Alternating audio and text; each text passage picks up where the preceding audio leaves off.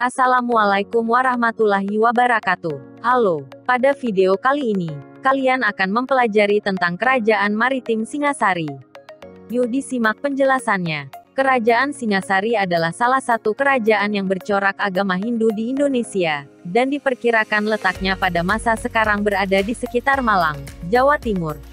Berdirinya Kerajaan Singasari tidak terlepas dari peran Ken Angrok. Dalam kitab Pararaton disebutkan bahwa Ken Angrok atas perintah Berhyang menyerang Kediri pada tahun 1222 Masehi, dan berhasil mengalahkan Raja Kediri yaitu Kertajaya. Ken Angrok selanjutnya mendirikan Kerajaan Singhasari pada tahun 1222 Masehi atau abad ke-13 Masehi dengan pusat pemerintahannya di sekitar Malang, Jawa Timur. Dalam kitab Pararaton dikisahkan bahwa Ken Angrok adalah anak Dewa Brahma. Atas bantuan pendeta Lohgawe, Ken Angrok bekerja pada Aku atau Bupati Tumapel yang bernama Tunggul Ametung. Tumapel sendiri termasuk dalam wilayah kekuasaan Kerajaan Kediri. Tidak menutup kemungkinan, Ken Angrok itu memiliki hubungan kekerabatan dengan Tunggul Ametung. Ketika mengabdi kepada Tunggul Ametung, Ken Angrok menjalin hubungan asmara dengan istri muda Tunggul Ametung yang bernama Ken Dedes. Kemudian Ken Angrok membunuh Tunggul Ametung, lalu menikahi Ken Dedes yang sedang hamil, dan sekaligus menjadi Aku Tumapel yang baru. Pada masa itu, Tumapel merupakan daerah kekuasaan Kediri, atau Daha. Raja Kertajaya berselisih dengan para pendeta atau kaum Brahmana. Kemudian para Brahmana ini meminta perlindungan kepada Ken Angrok yang menjabat sebagai Aku di Tumapel. Kesempatan ini digunakan Ken Angrok untuk merebut kekuasaan Kediri. Pada pertempuran di Gantar tahun 1222 Masehi, Raja Kertajaya dapat dikalahkan. Seluruh wilayah bekas kerajaan Kediri dikuasai. Di atas kekuasaannya ini, Ken Angrok menyatakan diri sebagai raja baru dengan gelar Sri Ranggah Raja Sabatara Sang Amurwabumi. Nama Tumapel diganti menjadi Singhasari. Ken Angrok hanya memerintah 5 tahun dari tahun 1222 sampai 1227 Masehi. Dari perkawinannya dengan Ken Dedes, Ken Angrok mempunyai 4 orang anak, yaitu Mahisa Wongateleng, Panji Saprang, Agni Baya, dan Dewi Rimba. Kemudian dari perkawinannya dengan istri yang lain, yaitu Ken Umang, Ken Angrok mempunyai anak bernama Panji Tohjaya. Pada tahun 1227 Masehi, Ken Angrok dibunuh oleh seseorang atas perintah Anusapati. Anusapati ternyata anak Ken Dedes dari Tunggul Ametung atau anak tiri Ken Angrok. Setelah membunuh Ken Angrok, Anusapati menjadi Raja Singhasari pada tahun 1227 hingga tahun 1248 Masehi.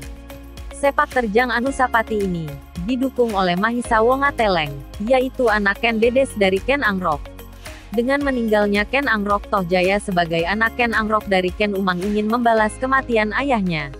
Untuk itu, pada tahun 1248 Masehi, Anusapati dibunuh oleh Tohjaya ketika sedang bermain sabung ayam. Dengan terbunuhnya Anusapati, Panji Tohjaya naik tahta menjadi Raja Singhasari. Pada masa pemerintahannya terjadi pemberontakan yang dilakukan oleh Ranggawuni, yaitu anak dari Anusapati, serta Mahisa Campaka, yaitu anak Mahisa Wongateleng. Panji Tohjaya berhasil melarikan diri, tetapi ia meninggal di Katanglumbang. Kemudian Singhasari dikuasai oleh Ranggawuni. Ia memerintah Singhasari dari tahun 1248 hingga 1268 Masehi. Ranggawuni bergelar Sri Jaya Wisnuwardana. Dalam menjalankan pemerintahannya, ia didampingi oleh Mahisa Campaka sebagai Perdana Menteri dengan gelar Narasinghamurti. Pada tahun 1268 Masehi, Raja Wisnuwardana meninggal. Sepeninggal Wisnuwardana, tampuk pemerintahan Singhasari dipegang oleh putranya, yang bernama Kertanegara. Selanjutnya Kertanegara menjadi Raja Singhasari dari tahun 1268 sampai 1292 Masehi. Dalam bidang politik, Kertanegara terkenal sebagai seorang raja yang mempunyai gagasan untuk meluaskan kekuasaannya meliputi seluruh wilayah Nusantara. Hal itu tampak ketika pada tahun 1275 Masehi mengirimkan tentaranya ke Melayu. Ekspedisi itu dikenal dengan nama Ekspedisi Pamalayu. Adapun tujuan ekspedisi ini adalah untuk memperluas kekuasaannya di luar Jawa, yaitu termasuk Melayu dan Sriwijaya. Ekspedisi ini merupakan strategi Singasari dalam rangka menahan serbuan tentara Mongol di bawah pimpinan Kaisar Kubilai Khan. Serbuan Mongol ke Singasari ini disebabkan oleh datangnya utusan Kubilai Khan ke Singasari untuk meminta Singasari tunduk dan takluk pada Kubilai Khan. Akan tetapi, perintah Kaisar Kubilai Khan itu ditolak oleh Kertanegara dengan melakukan penghinaan diplomatik, yaitu merusak muka Mengci, utusan dari Kubilai Khan. Kubilai Khan sangat marah melihat tindakan Kertanegara kepada utusannya. Ia lalu mengirimkan pasukannya ke Jawa untuk menyerang Singhasari, sekaligus menghukum Kertanegara. Keinginan Kubilai Khan untuk menyerang kerajaan Singhasari tidak terlaksana, karena pasukan Kubilai Khan baru tiba di Singhasari pada tahun 1293 Masehi, sementara Raja Kertanegara yang dicari-cari telah meninggal pada tahun 1292 Masehi akibat serangan dari Jayakatwang, yaitu keturunan Raja Kediri. Menurut kitab Pararaton, serangan Jayakatwang dilakukan pada bulan Mei dan Juni tahun 1292 Masehi.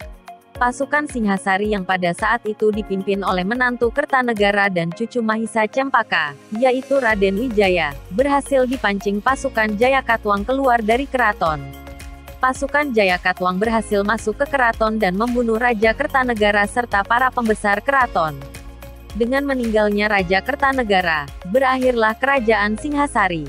Menurut Prasasti Kudadu, setelah terbunuhnya Kertanegara, Raden Wijaya dan keempat istrinya serta beberapa pengikutnya menyelamatkan diri dengan menyeberang ke Madura.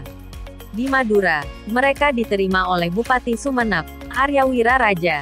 Raden Wijaya menyerang balik Jayakatwang, dengan memanfaatkan pasukan Kubilai Khan yang mendarat di Tuban untuk menghukum penghinaan Kertanegara terhadap utusan Kubilai Khan. Raden Wijaya berhasil memuju pasukan Mongol, dengan dalih Raden Wijaya mau mengakui kedaulatan Kubilai Khan. Pasukan Mongol bersedia bergabung dengan pasukan Raden Wijaya untuk menghancurkan pasukan Jayakatwang. Bersama-sama dengan pasukan Kubilai Khan, Raden Wijaya berhasil mengalahkan Jayakatwang. Jayakatwang sendiri ditawan oleh pasukan Mongol dan dibawa ke markas mereka di ujung Galuh. Di tempat itu, Jayakatwang akhirnya dibunuh. Setelah sukses menghancurkan Jayakatwang, Raden Wijaya berbalik menyerang dan memukul mundur tentara Mongol di Daha dan Canggu. Akibat serangan ini, lebih dari 3.000 tentara Mongol tewas dan sisanya melarikan diri dari Jawa untuk kembali ke negerinya. Letak kerajaan Singhasari di tepi Sungai Bengawan Solo.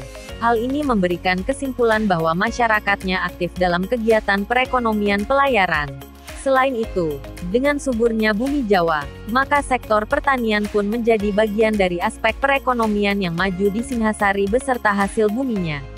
Ekspedisi Pamalayu yang dilakukan oleh Kertanegara, merupakan salah satu bukti bahwa negara berusaha meningkatkan kehidupan ekonominya dengan menguasai jalur perdagangan yang strategis. Beberapa Raja Singhasari sangat memperhatikan kehidupan sosial rakyatnya, termasuk Ken Angrok. Jadi, wajar jika para Brahmana banyak meminta perlindungan ketika bersengketa dengan Raja Kediri. Namun, pada masa Anusapati, raja itu sibuk dengan kehidupan pribadinya, sehingga kehidupan sosial masyarakatnya banyak yang terabaikan. Pada masa pemerintahan Wisnuwardana, kehidupan sosial masyarakat kembali diperhatikan, dan mencapai puncak kejayaan Singhasari pada masa Kertanegara. Sekian penjelasan tentang Kerajaan Maritim Singhasari. Silakan isi daftar hadir kalian pada kolom komentar. Wassalamualaikum warahmatullahi wabarakatuh.